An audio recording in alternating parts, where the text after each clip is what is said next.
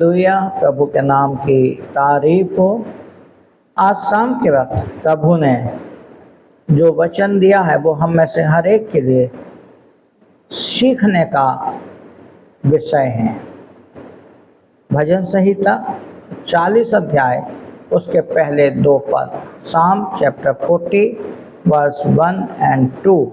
यहाँ पर लिखा है, राजा दाऊद इस बात को कह रहा है, मैं धीरज से यहोवा की बाट जोता रहा और उसने मेरी ओर झुककर मेरी दुहाई सुनी। उसने मुझे सत्यानाश के गड्ढे और दलदल की कीच में से उबारा और मुझको चट्टान पर खड़ा करके मेरे पैरों को दृढ़ किया है। मेरे प्रियो, आज इस वचन के द्वारा प्रभु बताना चाह रहा है, उसकी बाट को जोहना बंद ना करें, उसकी बाट को जोहना बंद ना करें। आपने जीवन में हो सकता है बहुत से ऐसे गलत काम किए हों जो परमेश्वर की नज़र में, आपकी नज़र में गलत हों, और वो आपको कचोड़ रहे हैं, आपको वो इस चीज़ का एहसास करा रहे हैं कि गलत किया है।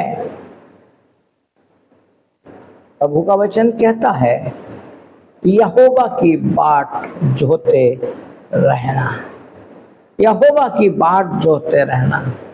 मेरे प्रियो, परमेश्वर के पास आ जाइए, प्रभु के पास आ जाइए।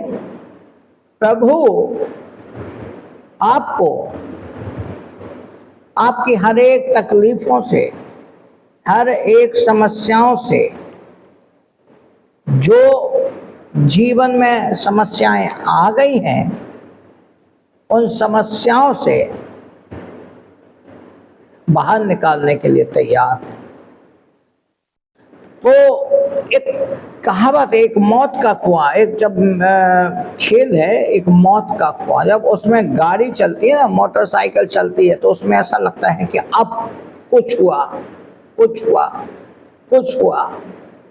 उसी प्रकार से जब हमसे या हमारे जीवन में कुछ गलतियां हो जाती हैं, तो वो आपके जीवन को क्या करता है, उस गड्ढे में से ऐसे करता है, वो सत्यानाश का गड्ढा है कहलाता है, वो सत्यानाश का गड्ढा, और उसमें घुमाता रहता है, उसमें घुमाता रहता है, उसमें घुमाता रहता है, उसमें घुमाता रहता है।